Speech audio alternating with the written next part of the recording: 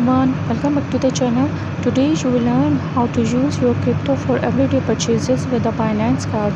First, open the Binance app and check if the Binance card is available in your country. If yes, then go to the card section and submit your application. You may need to complete identity verification if you haven't already. Once your card is approved, activate it by following the instructions in the app. Then add funds by transferring the supported cryptocurrencies to your funding wallet. When you make a purchase, Binance automatically converts your crypto into local currency at the time of payment. You can use the Binance card anywhere that accepts the supported payment network, both for online and in-store purchases, depending on your region.